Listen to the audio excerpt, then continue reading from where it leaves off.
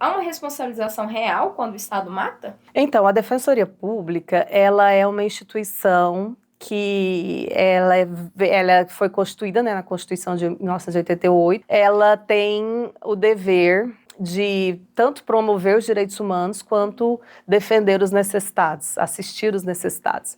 Ali, naquelas condições, são as duas hipóteses, né? Tanto pessoas que não têm condições de pagar advogado, de entrar na justiça, pagar custas judiciais, que hoje no Brasil são caras, né? Que também é um privilégio de poucos.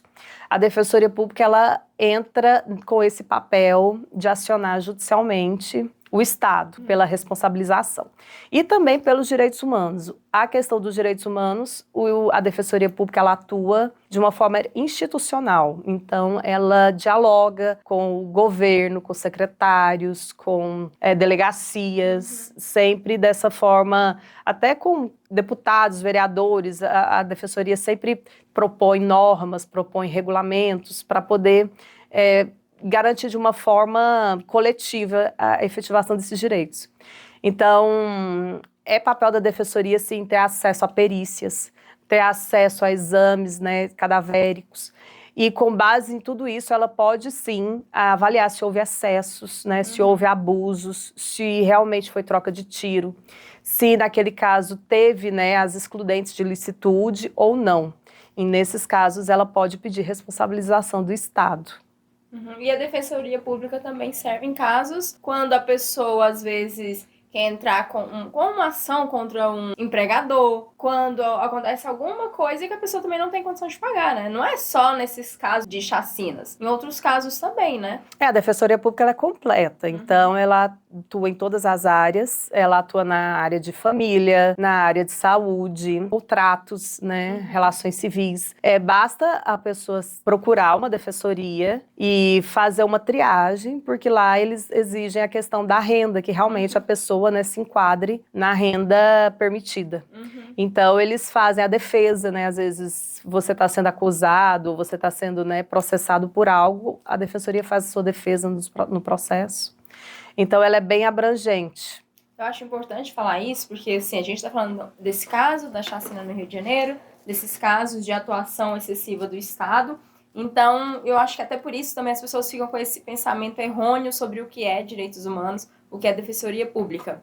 E acaba não tendo conhecimento de que quando aconteceu ou não conseguiu uma vaga numa UTI, por exemplo, ela pode acionar, né, defensoria pública, ela pode ir atrás dos seus direitos. Exato, a defensoria, ela atua em regime de plantão também.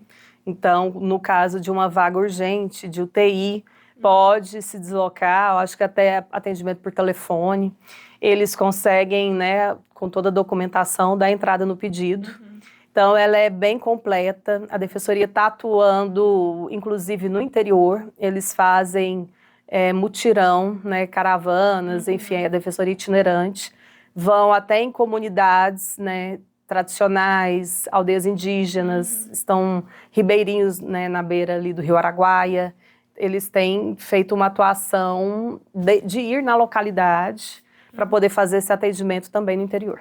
Ah, ótimo. Então, para a gente finalizar, Daiane, como que você vê, assim, quais políticas públicas hoje em dia aqui no Brasil, de forma ampla, né, poderiam reduzir essa violência sem criminalizar tanto a pobreza e a população negra? A gente vê dessas situações das comunidades, né, das favelas no Rio, mas a gente vê isso também nas nossas cidades, né, nas periferias das nossas cidades. É necessário que o Estado ele atue de forma efetiva, garantindo direitos. Não é só também, é saúde, educação, não. É direito a lazer, é direito a esporte, a cultura.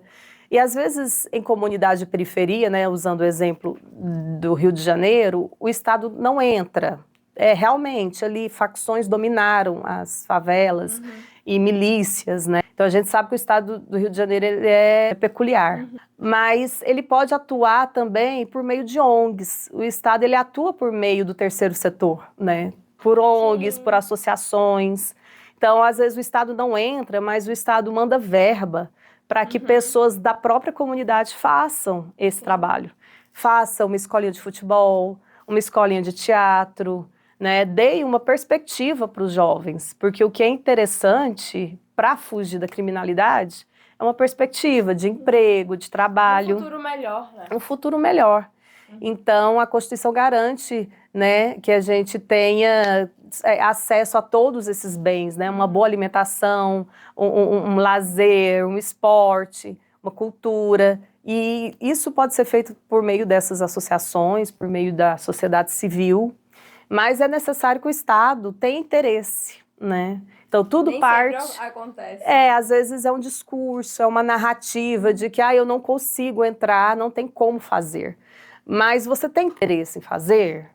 Realmente, os políticos, os vereadores, porque é um ciclo, né? Às vezes a gente vê que para fazer uma campanha eleitoral numa comunidade dessa, tem que estar atrelada à facção, tem que ter autorização da facção. Então, você vai eleger pessoas que perpetuam aquela situação ali, né? E é preciso romper, né, para a questão da criminalidade, romper com o financiamento, né? E não realmente, a execução hoje em dia, ela não é mais, digamos assim, a saída mais viável, né? As operações, porque as operações põem a população em risco. Balas perdidas, né? Tiroteios cruzados, então ele perde o controle. Então é necessário que o Estado atue de outras formas e de formas prospectivas, de formas positivas, né?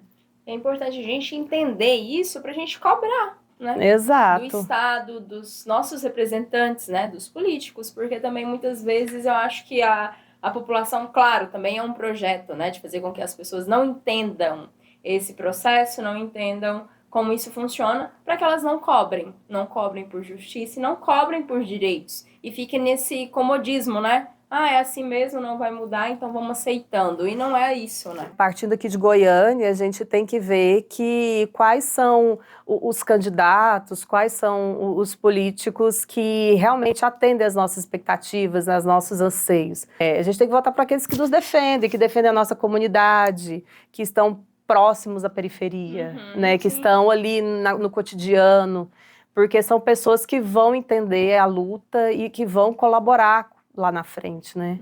Então é necessário ter essa clareza e saber que a única opção que a gente tem de melhorias é isso, é o voto, tudo na democracia se resume no voto.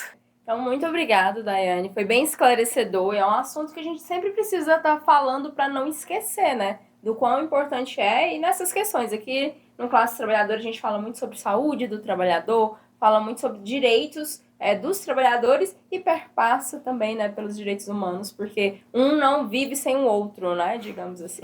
Os direitos humanos, ele é a base de tudo, ele é a base da vida, da liberdade, do direito de ir e vir, até da liberdade de expressão, né?